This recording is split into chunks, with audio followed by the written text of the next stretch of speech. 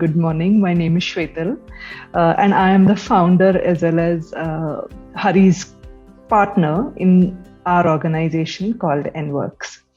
The topic of today's conversation is, are our great expectations from leaders justified?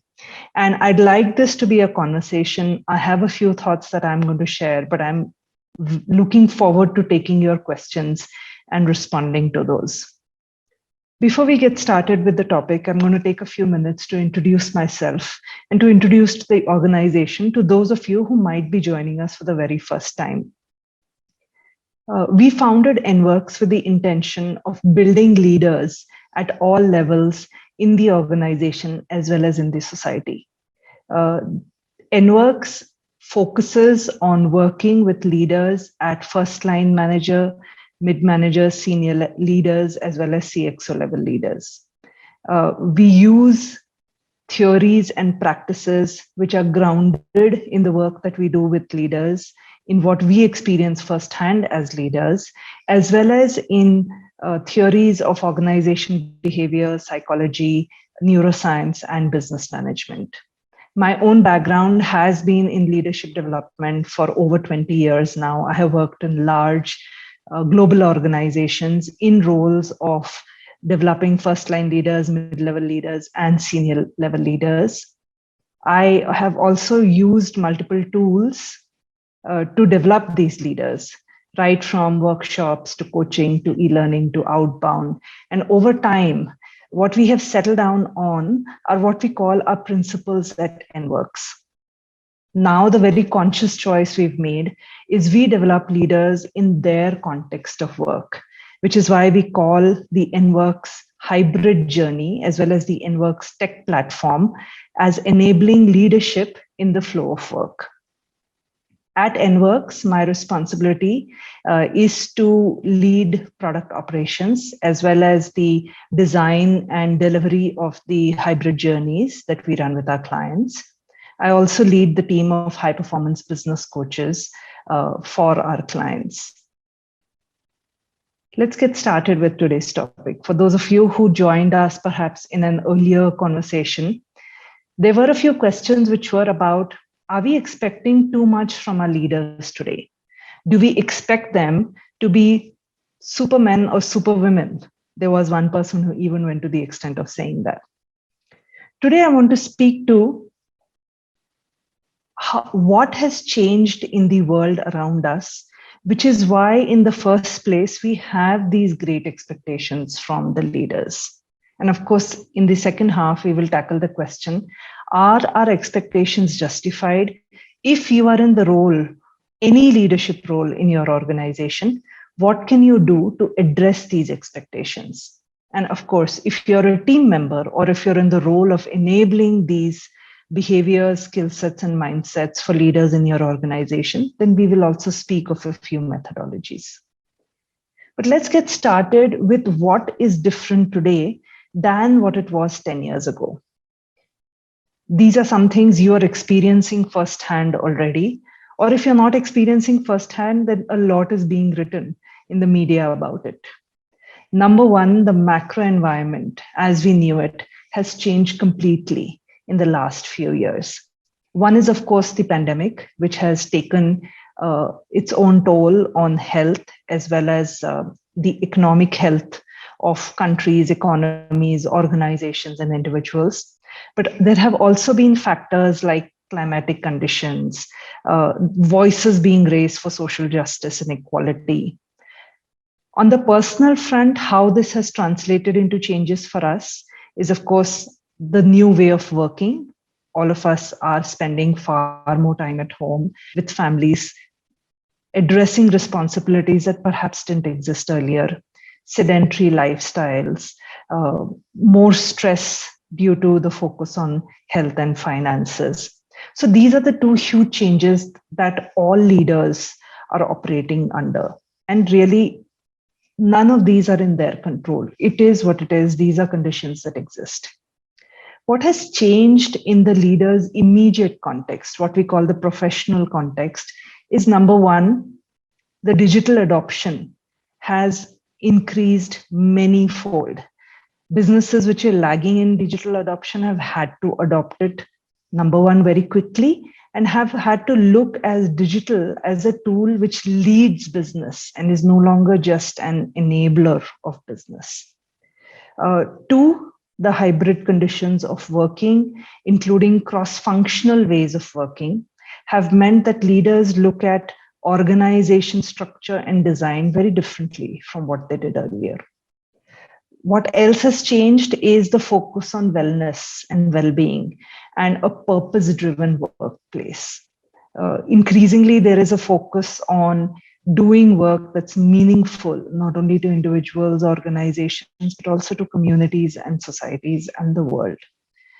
These two changes have prompted our leaders to look at managing what seems to be contradictory challenges. What are these seemingly contradictory challenges? Some of them are profit maximization versus growth.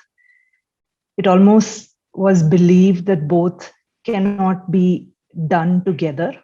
But we know that if a leader chooses to remain at one pole for too long, so for example, the pole of growth, then profit suffers, cash flow suffers. And of course, there are so many downstream challenges that arise as a result of it. But some of these other contradictory challenges have existed for decades: centralization versus decentralization, innovation versus execution, etc. I'm very eager to hear, what have you seen? Either you are a leader in a large organization, or you're a leader in a startup, or you work with senior leaders. I'm very curious to hear what kind of contradictory challenges you observe. And if you can think of some, please use the chat window at the bottom of your screen to drop me a message, and I'll read these out. You can also use the question and answer button at the bottom of your screen to drop me any question that you might have, and at some point I will pick it up. But to move forward with what these contradictory challenges do is, because they're seen as contradictory, and I see a couple of responses coming in saying other contradictory challenges are immediate client expectation versus long-term company vision. Absolutely. Meeting the needs of the client versus building an innovative organization could be another contradictory challenge. There could be one which is standardization and localization. So people call it globalization versus localization. I'm calling it standardization versus localization. Some of the other contradictory challenges could be creativity versus scale. Especially startups can struggle with this: experimentation versus execution. The reason these are called contradictory challenges is it creates a tension. It is believed that if you remain at one pole for too long, another pole will suffer. Or by remaining at one pole for too long, you're shutting down another pole. So this tension or stress or conflict that is created between these two poles is what is the reason behind why many people call these as contradictory challenges. But I think you will agree with me that in today's fast changing, uncertain, ambiguous, and dynamic world, these are no longer contradictory challenges. An organization, to survive, has to have a bold vision and has to supplement it with execution of that bold vision. An organization needs to innovate, and for the innovations that work, they need to scale them and sustain them.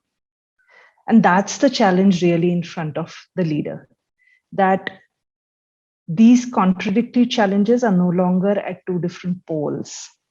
They supplement each other and they complement each other. And therefore, a leader needs to adopt mindset, skills, and behaviors which enable the journey from one pole to another and the other pole to the first one quite seamlessly. The choice is no longer about staying at one pole and not leveraging the other pole or not addressing the other pole. As a result, what we are calling the leaders need to achieve is dynamic equilibrium. And I use the word leader very consciously. I do not mean somebody who's very senior in an organization. Leadership is expected even of team leads, of first line managers, of mid managers, and senior leaders, of course. Dynamic equilibrium defines how leaders need to manage the seeming paradoxes which create a conflict. And dynamic equilibrium is what a leader needs to work towards. And please don't confuse dynamic equilibrium with finding a middle path. Traditionally, we would hear a lot of the leaders that we work with saying, I need to be a strategist as well as I need to execute. Let me find a middle path and do both. That's not dynamic equilibrium. Dynamic equilibrium is building the muscle to do both equally well, but very consciously choosing situations in which one muscle is more important than the other muscle. And as we go along, I'm going to give you a few examples. But for those of you who also joined us in our last conversation, we spoke about this as leading with dexterity. And if you recollect, we spoke about how the expectation from the leader is think big, drive execution, and also lead networks. And that's exactly what I'm going to build upon today. How a leader can do all of it and do it very well is by leading with dexterity. I'm going to speak about leading with dexterity through three lenses. And like I mentioned earlier, feel free to drop me questions through the Q&A tab at the bottom of your screen. Or if there are comments that you'd like to place, then you can use the chat window and drop me a message. These comments could be to say what resonates with you, or the comments could be perhaps you have a difference of opinion. And I'm happy to call upon both and speak to both. At any point in time, if you have a thought or an example that could supplement what I'm saying or validates what I'm saying, please feel free again to use the chat window and drop me a message. So here are the three lenses through which we are going to look at these great expectations from our leaders. The first lens is a very obvious one. A leader needs to have a strategic vision and needs to embrace strategy, at the same time keep a tight rein on execution. So that's going to be one lens, and this seeming polarity or paradox that a leader needs to hold. We're going to speak about that. The second one is going to be the polarity between relationship and holding people accountable. Building depth of relationships versus ensuring that the same people are held accountable to their deliverables. And this is something I hear a lot of leaders ask me. How can I do this? How can I ensure that I build a trusting, compassionate relationship, at the same time hold the same individual accountable to goals and deliverables? And we'll speak to that. The third lens is going to be confidence and humility. Especially in today's fast-changing world ridden with complexities, it is important that a leader shows courage, makes bold decisions, but also balances it out with humility and vulnerability. So these are the three lenses. And if there are other lenses that come to your mind, which I haven't mentioned, again, please feel free to use either the chat window or the Q&A window to drop me your question or your message. The first one I'm going to pick up is strategy and execution. Now, like I mentioned earlier, we are not speaking about just senior leaders. We are speaking about leadership at all levels in the organization. And this one is interesting because traditionally it has always been thought that strategy rests with the senior leadership and execution with the mid-managers and the frontline leaders, or even the individual contributors. I think that has radically changed over the last, not only few months, but also last few years. Now let's talk about what is the paradox or the polarity here and how a leader can lead dexterously. The polarity is, of course, on one front, the leader is required to create a large vision for the organization. That vision can include how big the size of the company can be, what growth looks like. It could be what markets the organization chooses to play in. It could be about making choices in entering adjacencies. But the vision could also be about what does the culture of the organization look like? What values and principles do we choose as the foundational building blocks of the organization? So, of course, on one side, it's about a large vision, but also making choices about the experiments that happen uh, to build the vision, investment in research, also piloting new initiatives which give quick wins. It could be about building new lines of businesses. It could also be about raising funds. That's what strategic leadership looks like. Execution can look like the ability to cascade goals in the organization. Very simply, it's about creating a high performance organization and all elements of this high performance organization. To cascade goals, a lot of organizations use the OKR system. So do we, so do a lot of our clients. Using OKR system is not just about creating goals on paper, but also using the ability to communicate, to translate this larger than life vision to elements and language that every individual in the organization understands.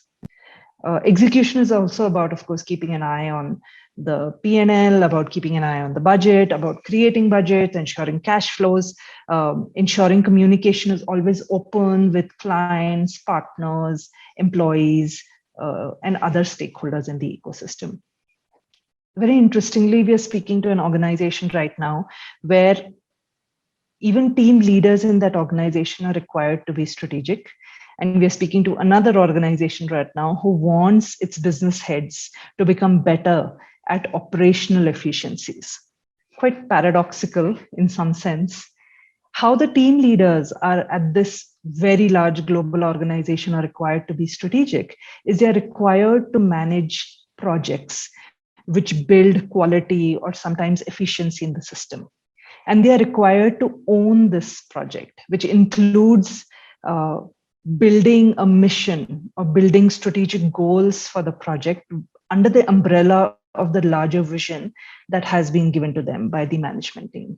It includes doing experiments and pilots within the scope of their projects and making decisions whether to persevere, pivot, abandon the project, etc. So the experiments give them information and ammunition, which helps them make decisions on what has to be scaled, how it is scaled.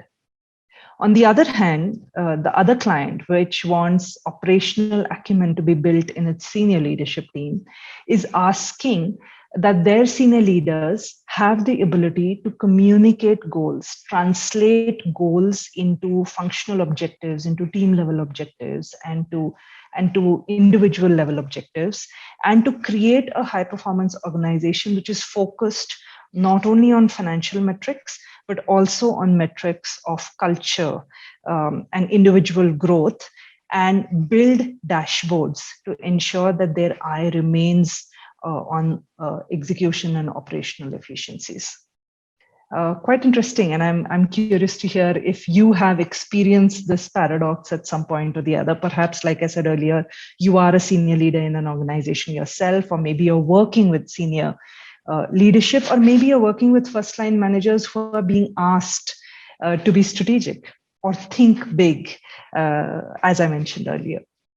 So strategic is no longer confined to the senior most layers, and execution is no longer confined to mid-managers. And that's mostly because things are changing so often that frontline staff has access to a lot of information which could actually enable strategic decisions for the organization, or perhaps strategic choices. And again, because things are changing so fast, mid-level leaders and senior leaders need to look at meaningful dashboards which help them assess metrics which are meaningful not only to them, but also to their customers, to their suppliers, and to their stakeholders, maybe even their investors. Like I said earlier, if you have some more examples, I'm very happy to look at them through the chat window. The question is, how can leaders achieve this dynamic equilibrium? What is it that they need to do to lead with dexterity? Some of the answers, quite honestly, are in the following lenses that I'm going to speak about. One lens being managing relationship with accountability, and the other one being balancing courage and confidence with humility and vulnerability.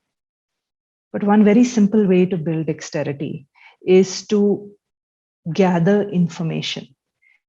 Gather information which enable strategic choices, which enable diagnosis of challenges, which enable experimentation, but also create dashboards which periodically give information on how this is being balanced. So the question, are our great expectations from leaders justified on them managing this polarity between being strategic and also looking at operational efficiencies and achieving a dynamic equilibrium between these? My answer is yes. I'm curious to hear what is your answer, and please use the chat window to share this with me. The other one that we're going to speak about is relationship versus accountability. And this is really about relationship. I'm going to broaden the scope of relationship a bit to take into factor the current macro situation as well as the personal situation that people have gone through. So relationship includes compassion, care, consideration, including showing empathy for people. But relationship also includes not assuming the grief or the loss or the resilience of the other person. And so relationships are not built on a superficial foundation of just showing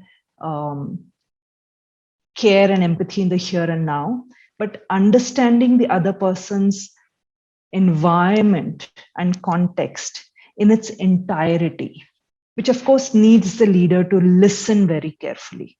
And so the ability to build these deeper, trusting relationships comes not only from the ability to show compassion and empathize, but also to listen very carefully. I had a comment in the chat window, which has strangely suddenly disappeared. So I'm going to come back to my conversation. On the other hand, accountability and about holding people accountable is to ensure that goals have been understood. It's also to ensure that clear benchmarks have been set and clear standards have been communicated to the others. It's also about approaching underperformance or high performance with discipline and building rituals around managing the accountability that rests with individual. Interestingly, accountability is not just about looking at individual accountability. It's also about creating accountability within the group. So getting the group to hold each other accountable. It doesn't have to be just a leader who's holding an individual accountable. So what a leader can do is probe, be very candid, but also balance the inquiry and candor with listening and empathy. So here, this is an example of the polarities that exist with respect to building relationships and holding people accountable. How can a leader achieve dynamic equilibrium and lead with dexterity? Now, this is a tough one because so much of this requires back and forth and building of a trustworthy relationship with the stakeholder system. And in our last conversation, we spoke about it as leading networks. Knowing that you are one important linchpin in a network of stakeholders and having frequent conversations with the stakeholders in these networks, on one hand, ensuring that their context, their challenges, their problems are understood, but on the other hand, also ensuring that standards of performance are clear. So relationship building requires flexibility and in catering to the needs of the individual, but holding those individuals accountable ensures alignment with the strategic vision as well as the execution dashboards that are expected. The last lens that I'm going to speak about, and I see one question popping up in the window, and I'm going to read that out. In a recent panel discussion, I heard the following: if someone has the ability to think and act strategically on a team leader level, why should he keep working for a boss and not become his own CEO? I'm very curious to hear what was their answer. You said you heard it in a panel discussion, and I wonder what was the debate and discussion that happened after that. So you could use the chat window and let me know what responses you heard in this place. I will come back, I will circle back and answer this also. The last lens that I want to speak about is confidence and courage versus humility and vulnerability. Now, this is about finding the balance between bold, audacious, ambitious goals, committing to them, but also on the other hand, staying vulnerable and humble in admitting that there are unknown unknowns, or perhaps even known unknowns. But there is so much that is fast changing that it's difficult to anticipate outcomes or results with 100% confidence. So the last one, which is confidence and courage, and on the other polarity is humility and vulnerability, is about creating energy through conversations, quality of conversations as well as frequency of conversations, creating messaging, which is seen as bold, and calling out with confidence whichever levers the leader feels are known. So staying with the known knowns, or even staying with the known unknowns, and calling them out with confidence, inspiring, creating a positive energy within the organization, within the teams. But on the other hand, acknowledging that there may be gaps, there may be mistakes that happen, there are failures, there are choices that are made which are then overturned. As new information comes in, old decisions are parked and newer decisions are made. Encouraging conversations around being showcasing humility and vulnerability at the workplace is another polarity that a leader needs to embrace, because it's not just the leader who needs to show confidence, courage, humility, and vulnerability, but the leader also needs to enable it with teams and with individuals in the team. So this is really about creating a culture in an organization which balances the two. I've heard in large organizations, I think I've read about Lego also, at some point, there was a value which said balance confidence with humility. I think there are a lot of people, leaders in the world right now, who have role modeled this for us brilliantly in the last few months. And so there's a lot of lessons to learn from there. How can a leader lead dexterously while balancing the two is, again, I think really the most powerful skill that a leader can have to manage these polarities is a skill of inquiry. Probe, ask questions, admit what you don't know, and then listen very, very carefully to what the nodes in this network that you're part of is telling you. I had the question in the chat window which said, if a team leader can be strategic, then why work for a boss? Why not be own CEO? And then the person who posted this question has also shared what the responses were. At the C level, make it worthwhile for team leaders to perform their role. Yes, encourage them to perform their role, but also give them the opportunity to grow in the organization, and reward that follows a challenge almost instantly. So instantly recognize what has been achieved. And team leaders want to be listened to by the C-suite, absolutely. I can only share what we have heard from our clients and why they want team leaders to be strategic. Because there are two reasons. One is the generation of team leaders wants to contribute to something which is larger than what they are responsible for on paper, which is often execution. They want to feel that their contributions are creating a meaningful dent for their clients as well as for the organization. So the team leaders are very motivated and energized, knowing that they have a larger charter that they need to execute. The same team leaders also have a lot of access to information which can help make decisions around some of these strategic choices. So it's really a strategic decision by the CEO to allow the team leaders to be strategic, because it's impossible that the CEO is everywhere and has access to all the information. In fact, frontline staff sometimes has access to and is able to pick up nuanced information. There's another comment which says managing great expectations needs focus. What are best practices? I think it's a question. What are best practices for leaders to minimize clutter and gain clarity given the complexity and new normal that one operates in? There are a bunch. I will share with you a few that I see best in class leaders use. So one of them to minimize clutter is to be to use work values and time values in a very disciplined manner.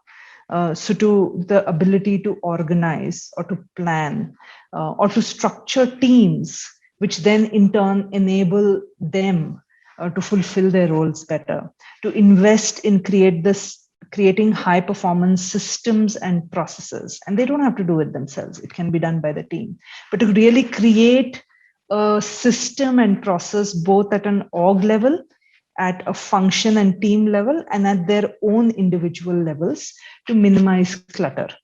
To gain clarity, we see the best-in-class leaders mining information through thought leaders, through exposure to various books, forums, which gives them food for thought, but also using multiple platforms and channels to communicate with their own teams. So they are not only gaining clarity, but they're also providing clarity to their teams. The best leaders at mid-manager and junior levels, the same point that I mentioned earlier, ask fantastic questions and are not afraid to ask seemingly silly questions.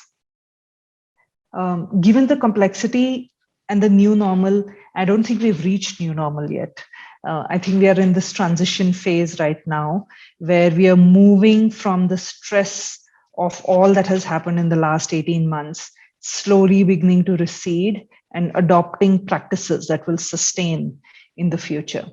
But minimizing clutter and gaining clarity is really about setting up this network to achieve results, but also setting up the network to experiment. And again, that's a polarity and a paradox that is yet another great expectation from a leader. There are organizations and leaders who do this excellently, which is not be satisfied with status quo, be willing to actively mine conflict, which goes which takes the organization or the team from a place of status quo to a place of ambiguity maybe, but doing it very consciously and in a very focused manner. So I'm hoping I've answered that question. If there is another question in the chat window which says, what can leaders do to become aware of their shortcomings on either of these skills and mindsets? The answer to this is there really isn't one right answer, but what we do with organizations, which we know works very well, is to use multiple types of diagnostics. Those diagnostics could be a 360 or a psychometric instrument, or even ask for feedback in one-on-one settings, and ask for feedback not only from team members and people the leader reports to directly, but also ask for feedback from clients and partners. Because the goal here is to become aware of the unknowns, the blind spots. And these are really excellent tools to become aware of shortcomings. Another tool which is less utilized, but also is very effective, is reflection. Building rituals around reflection, maybe sit down once a week on a Sunday evening and journal or find a way to make a note of what did I do this week, which was strategic as well as execution focused.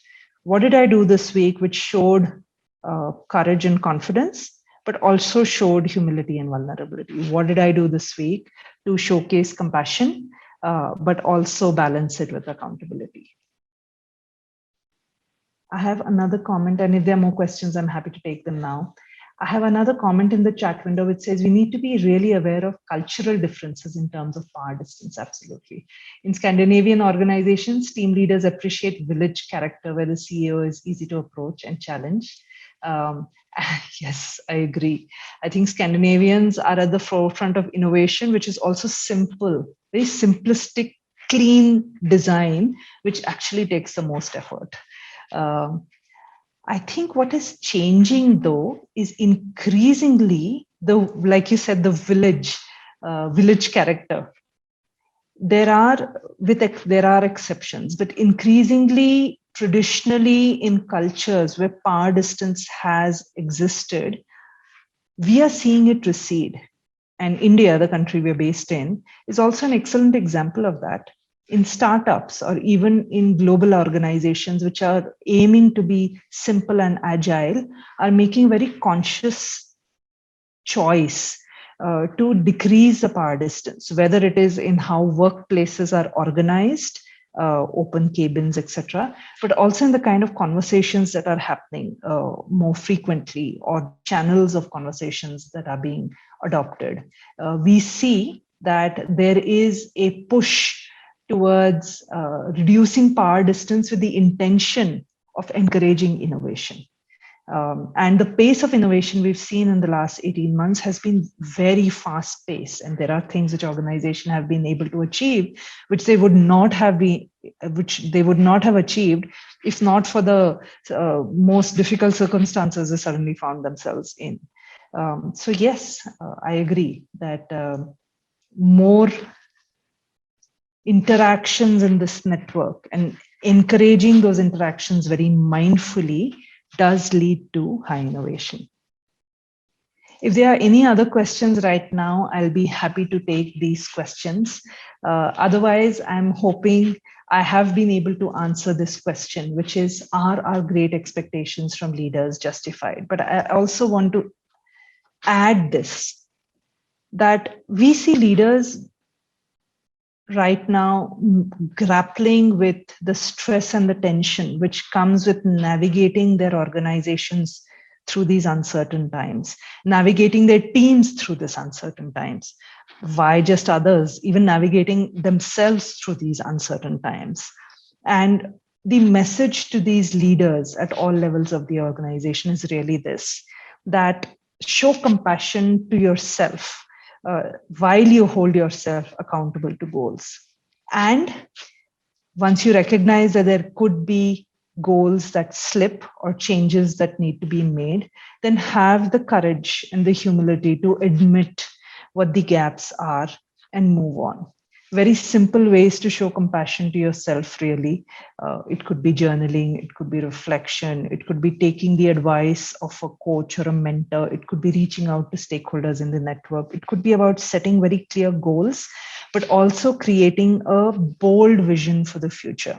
Because something that is given is, we see that leaders who do make the very conscious choice to invest in themselves by creating this bold vision and very dynamically embracing the polarity of that, which is the execution-oriented approach, who lead with dexterity when it comes to building relationships as well as holding their stakeholders accountable, and who find that dynamic equilibrium between being confident and also being humble, are really the ones who will remain unscathed through this changing, turbulent times as they work towards achieving goals that they have committed themselves to, or they have committed to on behalf of their organizations. Thank you for joining this conversation today. And right now, if you have questions, I'm happy to take them through either through the chat window or through the Q&A window. But thank you for joining this conversation. If there are other questions you'd like me to answer, I'm happy to take them even offline, in future conversations, and we intend to have a bunch of these conversations.